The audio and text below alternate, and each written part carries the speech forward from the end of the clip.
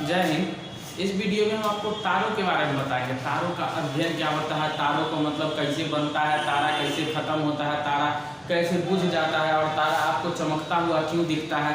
तारों के बारे में इस वीडियो में हम पूरे एकदम अच्छे से डिटेल में बताएंगे। आप लोग बस वीडियो को ध्यान से देखिए बताते हैं। तारा जो होता है, तारा बनने से पहले क्या रहता है, तो एक ब्रह्मांड में जो होता है ना, ब्रह्मांड जो है हमारा बहुत सारा ताराओं का समूह है। हमारा ब्रह्मांड जो है वो बहुत सारा ताराओं का समूह है। जैसे समझिए कि एक अंगूर के गुच्छा में कितना अंगूर होता है, एक अंगूर के गुच्छा में कितना सारा अंगूर होता है।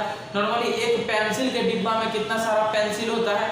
इसी टाइप से हमारा जो ब्रह्मांड है ना, ब्रह्मांड में ताराओं का समूह है, बहुत सारा ताराओं का समूह है, बहुत सारा ताराओं का समूह। देखिए सबसे पहले देखते हैं तारा होता क्या है और बनता कैसे। देखिए सबसे पहले एक गैस होता है, क्या होता है,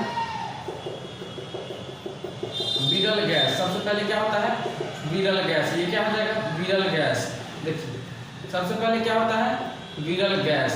और यही विरल गैस जब इकट्ठा होता है ना, यही विरल गैस जब इकट्ठा हो जाता है तब क्या होता है, यही विरल गैस जब इकट्ठा हो जाता है ना तो इसको क्या बोलते हैं, निहारिका या निबुला। क्या बोलते हैं, निहारिका या निबुला, निहारिका या नेबुला।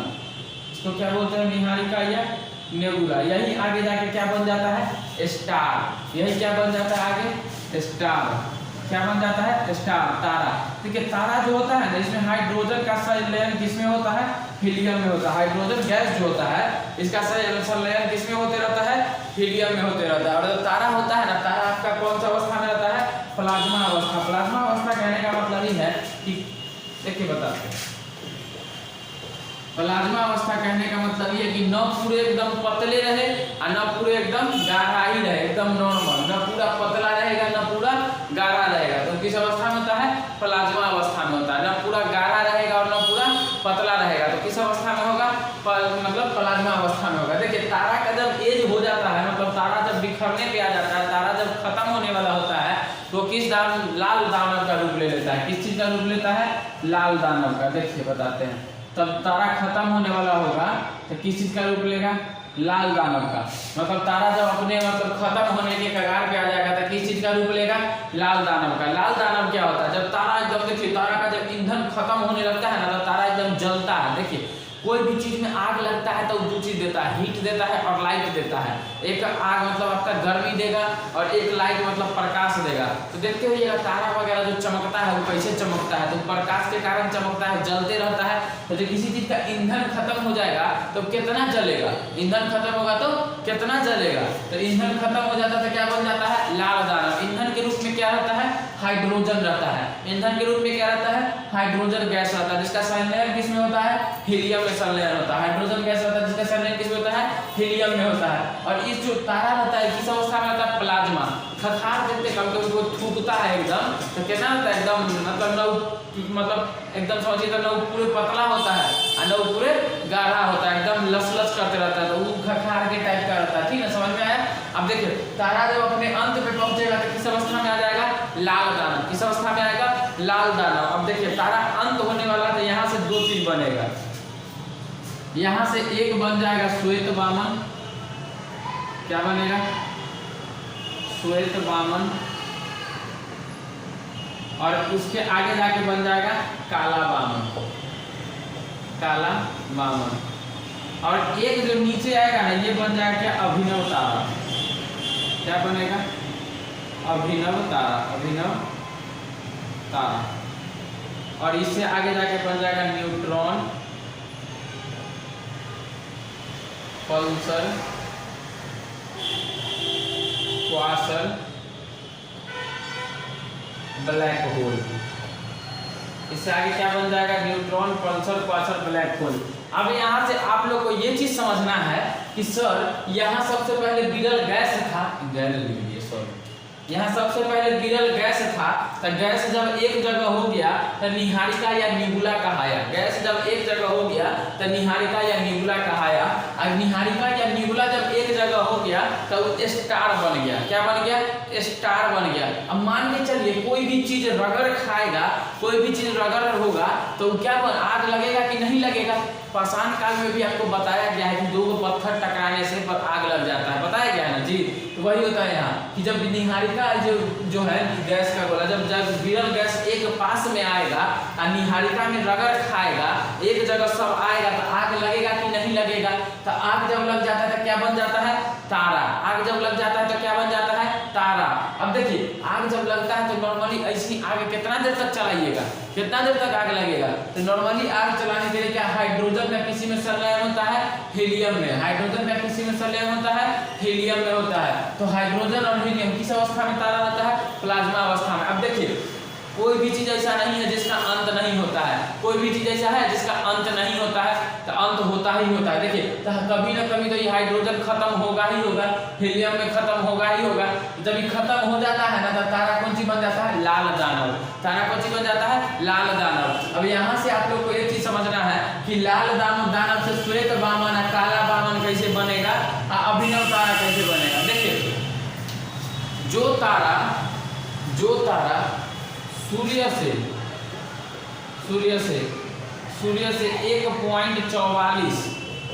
1.44 गुना बड़ा होगा वो क्या बनेगा? अभिनव तारा। जो तारा सूर्य से 1.44 गुना बड़ा होगा वो क्या बनेगा? अभिनव तारा। देखिए बताते हैं 1.44 गुना बड़ा वो क्या बनेगा? अभिनव तारा। और जो 1.44 गुना छोटा होगा वो क्या बनेगा? श्वेत वामन। 1.44 गुना छोटा होगा वो श्वेत वामन। और जो तारा 1.44 गुना बड़ा होगा वो अभिनव तारा। कौन सा तारा? अभिनव तारा। और अभिनव तारा आगे जाके न्यूट्रॉन, पल्सर, क्वासर जो है ना ये चुंबकीय घूर्णन पैदा करता है। क्या पैदा करता है? चुंबकीय घूर्णन। और ये जो पल्सर वगैरह है ना ये चमकते रहता है, हाफ डिप जैसे लाइट जब देखिएगा शॉर्ट सर्किट होता है तो कैसे कि लाइट हुक से जलेगा फिर से बंद, हुक से जलेगा फिर से बंद। इसी टाइप का ये पल्सर होता है, ये क्या रहता है? चमकता है बुझता है, चमकता है बुझता है। एक चीज गौर कीजिएगा जब कोई तारा खत्म होने वाला रहता है ना, एकदम लास्ट कगार पे पहुंचता है तब कभी चमकेगा बुझ जाएगा, चमकेगा बुझ जाएगा, तो वो क्या होता है? पल्सर। और क्वासर क्या होता है? इसमें एकदम अतिक्रमण चुंबकीय क्षमता होता है, दूसरे तारा को अपना तरफ खींच लेता है, दूसरे तारा को अपना तरफ खींच लेता है। तो क्वासर में क्या होता है? दूसरा तारा को अपना तरफ खींच लेता है। और ब्लैक होल क्या होता है? ये अभी हम आपको बता रहे हैं। देखिए तो आपको कैसे पता चलेगा? यहाँ तक तो समझ में आ गया कि सबसे पहले गैस रहेगा, विरल गैस पूरे छितरा के अलग अलग होते रहेगा। उसके बाद सब जब एक जगह आ जाएगा तो उसको क्या बोलेंगे? निहारिका या निकुला। अब सब एक जगह आएगा तो उसके रगड़ खा के तो आग तो लगेगा ना, आग लगेगा तो क्या बनेगा? स्टार। आग लग गया तो क्या बन गया? स्टार बन गया। अब देखिए स्टार जो बन गया, स्टार में हाइड्रोजन का संलयन किसमें होता है? हीलियम में होता है। हाइड्रोजन का संलयन हीलियम में होता है। तो हाइड्रोजन और हीलियम में मतलब संलयन जो होता है, आग जो लगता है किस अवस्था में आग लगता है? पत्थर थोड़ी जाएगा, वो किस अवस्था में आग लगता है? प्लाज्मा अवस्था में। किस अवस्था में आग लगता है? प्लाज्मा अवस्था में। अब देखिए स्टार में आग लग गया, जब ईंधन खत्म होने वाला होगा तो क्या बनेगा? तो लाल दानव। जब ईंधन खत्म होने वाला होता है तो क्या बनता है? लाल दानव। जब ईंधन खत्म होने वाला होता है तो क्या बनता है? लाल दानव। अब देखिए लाल दानव बन गया। यहाँ से बताइए अभिनव तारा बनेगा कि श्वेत वामन बनेगा? कैसे पता चलेगा? तो सूर्य से जो तारा 1.44 देखिए क्या बता रहे थे? सबसे पहले देखिए आपका सबसे पहले छितरायल रहेगा एकदम, तो उसको क्या बोलेंगे? विरल गैस। सबसे पहले अलग अलग रहेगा तो उसको क्या बोलेंगे? विरल गैस। अब वही सब एक जगह आ जाएगा तो उसको क्या बोलते हैं? निहारिका या नेबुला। एक जगह आ जाता है तो उसको क्या बोलते हैं? निहारिका या नेबुला। अब मान के चलिए कोई भी चीज एक जगह सटेगा, घर्षण होगा तो उसमें आग लगेगा कि नहीं लगेगा? आग तो लगेगा ना जी। तो आग लग जाएगा तो क्या बन जाएगा? तारा। तारा में हाइड्रोजन का संलयन किसमें होता है? हीलियम में। हाइड्रोजन का संलयन हीलियम में होता है। तो ये किस अवस्था में रहता है? प्लाज्मा अवस्था में। किस अवस्था में रहता है? प्लाज्मा अवस्था में। अब देखिए तारा तो समझ में आ गया। तारा जब बुझने के कगार पे जाएगा तो क्या बनेगा? लाल दानव। बुझने के कगार पे जाएगा तो लाल दानव। अब एक चीज गौर कीजिए, लाल दानव तो बन गया, लाल दानव से श्वेत वामन बनेगा, काला वामन बनेगा कि अभिनव तारा बनेगा? अब इसको पता करने के लिए आपको क्या बताए हैं कि लाल दानव से अगर मतलब सूर्य से 1.44 गुना छोटा तारा है तो क्या बनेगा? श्वेत वामन। और 1.44 गुना बड़ा है तो अभिनव तारा। बड़ा रहेगा तो अभिनव तारा और छोटा रहेगा तो श्वेत वामन। समझ में आ रहा है ना? देखिए तो जब श्वेत वामन बनेगा ना, श्वेत वामन से क्या बनेगा? काला वामन। श्वेत वामन से काला वामन। श्वेत वामन से काला वामन। तारा खत्म। श्वेत वामन से काला वामन बनने के बाद तारा खत्म। और देखिए 1.44 गुना अगर बड़ा होगा तो क्या अभिनव तारा। अभिनव तारा बनेगा ना तो वहाँ पर 4 गो केस बनेगा। पहला या तो न्यूट्रॉन बन जाएगा, या तो पल्सर बन जाएगा, नहीं तो क्वासर बन जाएगा, और नहीं तो ब्लैक होल बन जाएगा। देखिए न्यूट्रॉन क्या होता है, न्यूट्रॉन जो होता है ना गति बहुत तेज करता है, न्यूट्रॉन जो होता है वो गति बहुत तेज करता है। और पल्सर जो होता है ना, देखिए बताते हैं, पल्सर जो होता है, पल्सर जैसे मान के चले कोई बॉल जब भुकाने लगता है, जब फ्यूज होने वाला रहता है कैसे करता है, एकदम जलेगा, एकदम जलेगा फिर बंद होगा, जलेगा फिर बंद होगा, तो उसको क्या बोलते हैं, पल्सर। क्वासर क्या होता है, क्वासर में जो होता है ना चुंबकीय क्षमता बहुत ज़्यादा होता है, कि कोई भी बड़ा से बड़ा चीज़ को अपने पास खींच लेता है। क्वासर जो होता है ये कोई भी बड़ा से बड़ा चीज़ को अपने पास खींच लेगा, कोई भी बड़ा से बड़ा चीज़ को, कोई भी बड़ा से बड़ा तारा रहे, कितना भी बड़ा तारा रहेगा ना उसको अपने पास खींच लेता है। कौन खींच लेता है, क्वासर। कौन खींच लेता है, क्वासर। तो क्वासर समझ में आया। उसका समय ब्लैक होल क्या होता है, ब्लैक होल मान के चले कोई भी बड़ा तारा है, कोई बड़ा तारा है, अब वो जो मर गया, खत्म हो गया, अभिनव तारा बना खत्म हो गया, और तारा मान के चले बहुत बड़ा तारा है, सिकुड़ के जब छोटा हो जाएगा, सिकुड़ के जब तारा छोटा हो जाएगा तो क्या कहेगा वो, ब्लैक होल। सिकुड़ के जब छोटा हो जाएगा तो क्या कहेगा, ब्लैक होल। जैसे देखिए मान के चलिए इस बोतल का वजन 1 kg है, आई सिकुड़ की एक ढक्कन इतना के बराबर में आ जाए, इतना के बराबर में एक ढक्कन के इतना हो जाए ये बोतल, फिर भी इसका वजन 1 ही kg रहेगा। पूछे कैसे, सर पूरे बोतल का वजन 1 kg है, और सिकुड़ के भले एक ढक्कन इतना हो जाए फिर भी वजन कितना रहेगा, 1 ही kg रहेगा। तो मान के चलिए कोई भी तारा बहुत बड़ा है और सिकुड़ के छोटा हो जाए, उसका वजन में कोई अंतर आएगा, नहीं आएगा, वजन तो उतना ही रहेगा। तो वही होता है कि ब्लैक होल का 1 चम्मच मिट्टी का जो वजन होता है ना, उस 7 हाथियों के भार के बराबर होता है। कितना हाथी, 7 हाथियों के भार के बराबर होता है। कितना, ब्लैक होल के 1 चम्मच वजन का, 1 चम्मच वजन जो होता है ब्लैक होल के मिट्टी का, वो कितना के बराबर होता है, 7 हाथियों के वजन के बराबर होता है। समझ में आ रहा है, ब्लैक होल समझ में आया ना। अब देखिए ये जो 1.44 गुना बड़ा, 1.44 गुना जो छोटा होता है, इसको हिंदी में, इसको मतलब इस फार्मूला क्या बोलते हैं, इस फार्मूला को दिए थे कौन, चंद्रशेखर। कौन दिए थे, चंद्रशेखर। वो कौन थे, तो वो एक वैज्ञानिक थे, वो ही बोले थे कि अगर लाल दाना 1.44 गुना सूर्य से बड़ा रहेगा तो अभिनव तारा बनेगा, और 1.44 गुना छोटा रहेगा तो श्वेत वामन बनेगा। कौन बोला था, चंद्रशेखर बोले थे। तो उन्हीं के नाम पे चंद्रशेखर सीमा, मतलब सूर्य से अगर 1.44 बना है, बड़ा है, तो इसको कौन सा नाम देते हैं, चंद्रशेखर सीमा। इसको क्या बोलते हैं, चंद्रशेखर सीमा। समझ में आया चंद्रशेखर सीमा क्या होता है, एक बार और समझिए। यहाँ तारा सबसे पहले क्या होता है, विरल गैस, उसके बाद निहारिका। अब जब तारा सटेगा तो घर्षण से आग लगेगा, तो आग लग गया, तो हाइड्रोजन का हीलियम में संलयन हो रहा है, आग लग रहा है, प्लाज्मा अवस्था में रहेगा। अब तारा जब मरने के कगार पे आएगा तो लाल दानव, अब खत्म होने वाला रहेगा तो अगर छोटा है 1.44 गुना सूर्य से तो श्वेत वामन, और उसके बाद काला वामन। अगर बड़ा है तो अभिनव तारा, और Newton, Pulsar, Quasar, black hole. समझ में आया, ये समझ में आया। आगे बताते हैं ब्रह्मांड आपको। देखिए ब्रह्मांड में जो तारों का है ना, तारों का बहुत समूह, ब्रह्मांड में तारों का बहुत समूह है, ठीक ना। एक एक चीज बताते हैं, बहुत सारा तारा एक जगह जब मिल जाएगा ना तो उसको क्या बोलते हैं, आकाश गंगा। क्या बोलते हैं, आकाश गंगा। मतलब बहुत सारा तारा एक जगह मिल जाएगा तो उसको क्या बोलते हैं, आकाश गंगा। क्या बोलते हैं, क्लस्टर, इंग्लिश में क्लस्टर। बहुत सारा तारा एक जगह मिल जाएगा तो उसको क्या बोलते हैं, आकाश गंगा, इंग्लिश में क्या बोलते हैं, क्लस्टर। तो हमारा जो सूर्य जिस आकाश गंगा में है, हमारा सूर्य जिस आकाश गंगा में है, देखिए बताते हैं, हमारा सूर्य जो है,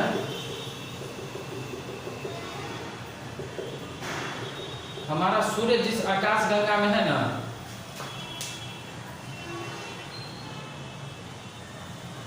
सूर्य तबियत से बना देते हैं तो समझ में आप लोगों को नहीं आएगा।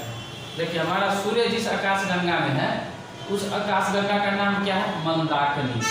हमारी आकाश गंगा का नाम क्या है, मंदाकिनी। हमारी आकाश गंगा का नाम क्या है, मंदाकिनी। मतलब हमारा सूर्य जो है, जो हम लोग को रोशनी देता है सूर्य, वो किस आकाश गंगा में है, मंदाकिनी। सबसे पहले समझिए आकाश गंगा होता क्या है। सब मतलब तारों का, असंख्य तारों का एक जगह जो समूह होता है उसको क्या बोलते हैं, आकाश गंगा। बहुत सारा तारा का एक जगह जो समूह होगा उसको क्या बोलते हैं, आकाश गंगा। बहुत सारा तारा का एक जगह समूह होता है उसको क्या बोलते हैं, आकाश गंगा। आकाश गंगा को इंग्लिश में क्या बोलते हैं, क्लस्टर। क्या बोलते हैं, क्लस्टर। अब समझिए हमारा जो सूर्य जिस आकाश गंगा में है, मतलब हमारा जो सूर्य जिस तारों के समूह में है, उस आकाश गंगा का नाम क्या है, मंदाकिनी। इसको इंग्लिश में क्या बोला जाता है? मिल्की वे। मिल्की वे, मिल्की वे। कुछ लोग इसको बोला जाता बोलते हैं क्या? दुग्ध मेखला। कुछ लोग क्या बोलते हैं? दुग्ध मेखला। कुछ लोग क्या बोलते हैं? दुग्ध मेखला। कुछ लोग क्या इसको बोलते हैं? दुग्ध मेखला। समझ में आ रहा है ना?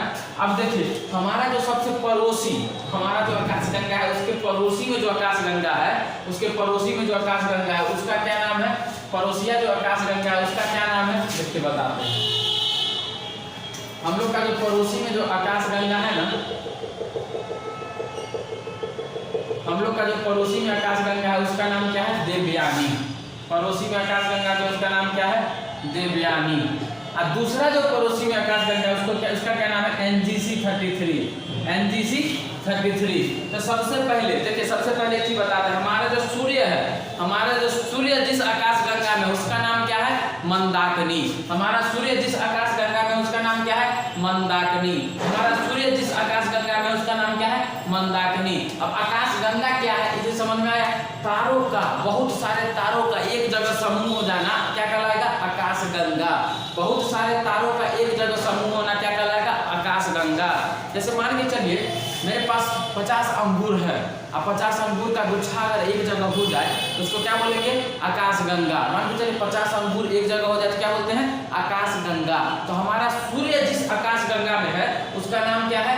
मंदाकिनी। हमारा सूर्य जिस आकाशगंगा में उसका नाम क्या है? मंदाकिनी। हमारा सूर्य जिस आकाशगंगा में उसका नाम मंदाकिनी। इंग्लिश में उसको CBSE वाला क्या बोलता है? मिल्की वे। इंग्लिश में CBSE वाला मिल्की वे, और हिंदी में दुग्ध मेखला। क्या बोलता है?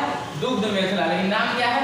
मंदाकिनी। और हमारे पास जो सबसे पड़ोसी जो है हमारा पड़ोसी आकाशगंगा उसका नाम क्या है? देवयानी। हमारे पड़ोस में जो आकाशगंगा है उसका नाम क्या है? देवयानी। और हमारे पड़ोस के दूसरा जो आकाशगंगा है उसका नाम क्या है? NGC 33। NGC 33। तब पूछेगा हमसे सबसे करीबी आकाशगंगा कौन है? तो देवयानी। हमसे सबसे करीबी आकाशगंगा देवयानी। हमसे सबसे करीबी आकाशगंगा देवयानी। और हमसे मतलब दूसरी सबसे करीबी आकाशगंगा NGC 33। दूसरी सबसे करीबी आकाशगंगा NGC 33। समझ में आया? देखिए देवयानी जो है ना सबसे करीबी कहने का मतलब हम लोग से कितना दूर है? 2.2 × 10⁶ प्रकाश वर्ष। देखिए एक चीज बताते हैं आपको, ज्योग्राफी में सबसे कम बोलेगा ना, सबसे कम, तो समझिएगा करोड़ बोल रहा है। सबसे कम बोले तो 100 करोड़ ले लीजिएगा कि यहाँ सबसे कम का मतलब करोड़ से कम कुछ होता ही नहीं है। यहाँ सबसे करोड़ का मतलब क्या होता है? करोड़ मतलब 1, 2 करोड़, 5 करोड़, 10 करोड़ से कुछ कम यहाँ होता ही नहीं है। तो यहाँ सबसे करोड़ कितना, सबसे कम कितना हो जाएगा? करोड़ों में। सबसे कम कितना हो जाएगा? करोड़। तो देवयानी हमसे कितना दूर है? 2.2 × 10⁶ प्रकाश वर्ष, मतलब 2.2 बिलियन प्रकाश वर्ष में, बिलियन प्रकाश वर्ष। समझ में आया? देखिए एक चीज और बताते हैं, एक तारा है मतलब एक ब्रह्मांड में तारों को समूह को क्या बोलते हैं? आकाशगंगा। एक ब्रह्मांड में तारों के समूह को क्या बोलते हैं? आकाशगंगा। अब 3 को आकाशगंगा के समूह को क्या बोलते हैं? Super cluster. जैसे 1, 2, 3, हम लोग के 3 को जो आकाशगंगा रहेगा ना, 3 को, उसको क्या बोलते हैं? Super cluster. क्या बोलते हैं? Super cluster. 3 आकाशगंगा के समूह को क्या बोलते हैं? Super cluster. एक को रहेगा तारों का समूह तो उसको क्या बोलते हैं? आकाशगंगा।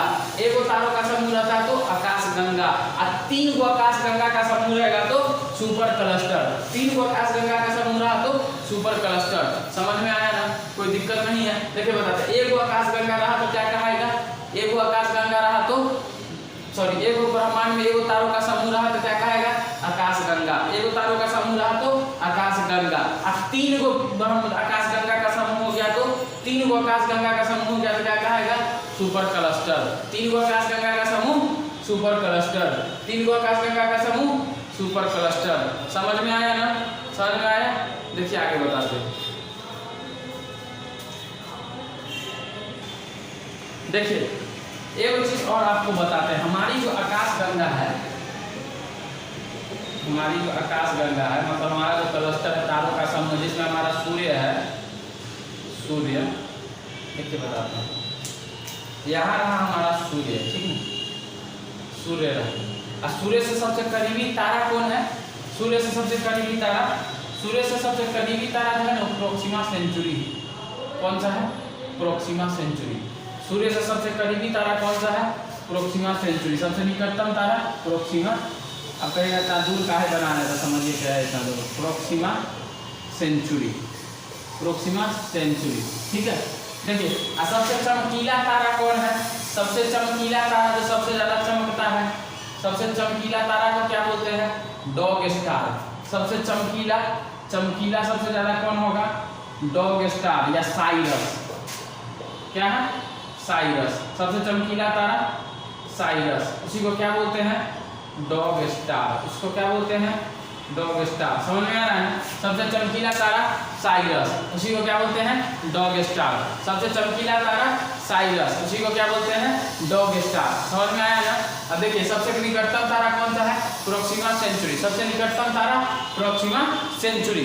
इस समझने में कहीं कोई दिक्कत नहीं है, समझने में कोई दिक्कत नहीं। अब देखिए हमारी जो आकाश गंगा है इसका नाम तो बता दिए थे। हम लोग के बगल में जो आकाश गंगा है इसका नाम भी अभी आपको बता दिए कि हमारी बगल में जो आकाश गंगा है उसका नाम क्या है? देवयानी। हमारी बगल में जो आकाश गंगा है मतलब हमारे पड़ोसी जो आकाश गंगा है उसका नाम क्या है? देवयानी। हमारी जो दूसरी पड़ोसी आकाश गंगा है उसका नाम है NGC 33। बताए हैं अभी NGC 33। अब देखिए तारों के समूह को तो आकाश गंगा बोलते हैं, तारों के समूह को आकाश गंगा बोलते हैं। यहाँ कोई दिक्कत नहीं है कि तारा का समूह हुआ तो आकाश गंगा बोलेंगे। अब मान के चलिए आकाश गंगा का समूह हो गया तो क्या बोलेंगे? 3 आकाश गंगा के समूह को सुपर क्लस्टर बोलते हैं। क्या बोलते हैं? Super cluster. आपको बता दें कि एक आकाश गंगा में 100 अरब तारा होता है। कितना तारा होता है? 100 अरब तारा होता है। एक आकाश गंगा में कितना तारा होता है? 100 अरब तारा होता है। एक आकाश गंगा में कितना तारा होता है? 100 अरब तारा होता है। और आपको ये जानकर बेहद खुशी होगी कि हमारे ब्रह्मांड में 100 अरब आकाश गंगा है। कितना आकाश गंगा है? 100 अरब आकाश गंगा। हमारे ब्रह्मांड में कितना आकाश गंगा है? 100 अरब आकाश गंगा। समझ में आया? तारा समझ में आया, ब्रह्मांड समझ में आया, तारों की उत्पत्ति कैसे हुई समझ में आया। आगे आप कल बताएंगे, ठीक है। जय हिंद। अगर आप वीडियो को पूरे देख रहे हैं तो कम से कम लाइक कर दीजिए। अगर वीडियो अच्छा लगा तो चैनल को सब्सक्राइब कर दीजिए। जय हिंद।